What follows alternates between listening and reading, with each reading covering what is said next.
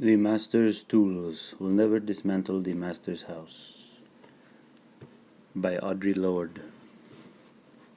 I agreed to take part in a New York University Institute for the Humanities conference a year ago, with the understanding that I would be commenting upon papers dealing with the role of difference within the lives of American women, difference of race, sexuality, class, and age. The absence of these considerations weakens any feminist discussion of the personal and the political.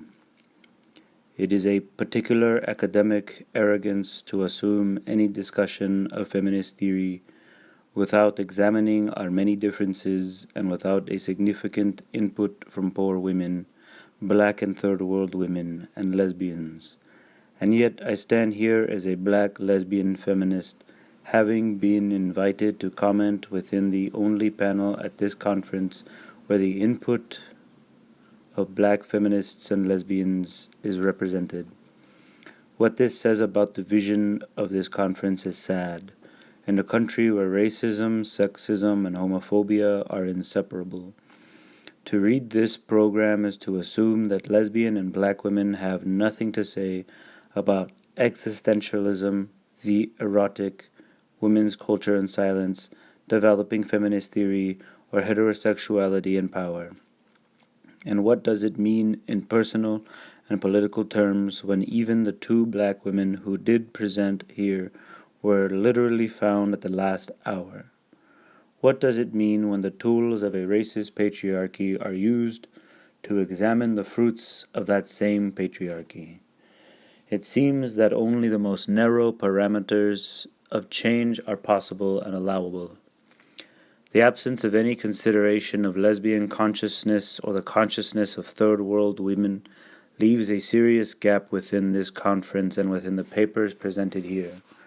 For example, in a paper on the material relationships between women, I was conscious of an either-or model of nurturing which totally dismissed my knowledge as a black lesbian.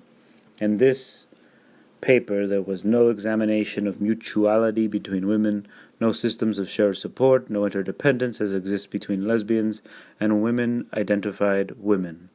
Yet it is only in the patriarchal model of nurturance that women, quote, who attempt to emancipate themselves pay perhaps too high a price for the results, end quote, as this paper states. For women, the need and desire to nurture each other is not pathological but redemptive, and it is within that knowledge that our real power is rediscovered. It is this real connection which is so feared by a patriarchal world. Only within a patriarchal structure is maternity the only social power open to women. Interdependency between women is the way to a freedom which allows the I to be, not in order to be used, but in order to be creative. This is a difference between the passive be and the active being. Advocating the mere tolerance of difference between women is the grossest reformism. It is a total denial of the creative function of difference in our lives. Difference must not merely be tolerated, but seen as a fund of necessary polarities between which our creativity can spark like a dialectic. Only then does the necessity for interdependence become unthreatening. Only within the interdependency of different strengths, acknowledged and equal, can the power to seek new ways of being in the world generate, as well as the courage and sustenance to act where there are no charters. Within the interdependence of mutual, non-dominant differences lies that security which enables us to descend into the chaos of knowledge and return with true visions of our future, along with the concomitant power to effect those changes which can bring that future into being. Difference is that raw and powerful connection from which our personal power is forged.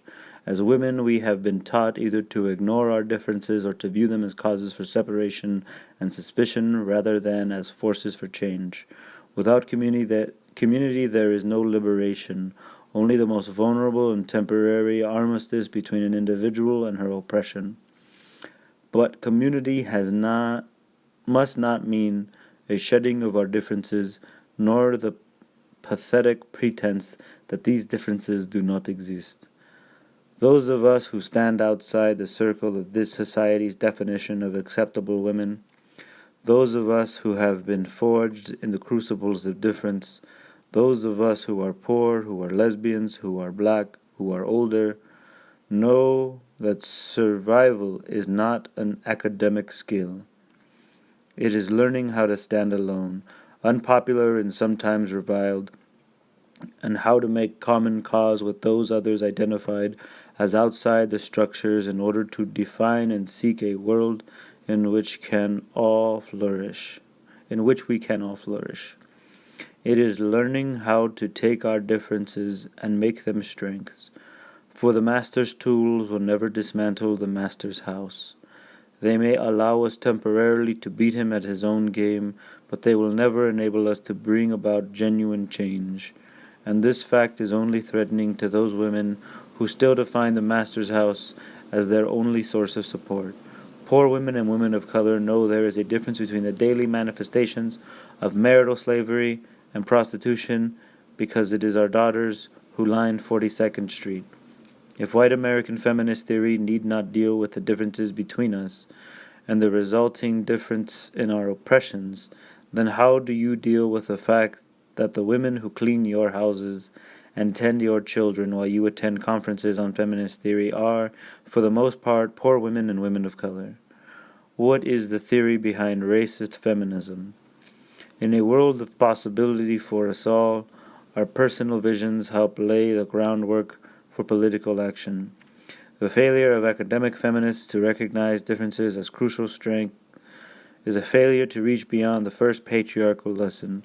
In our world, divide and conquer must become define and empower. Why weren't other women of color found to participate in this conference?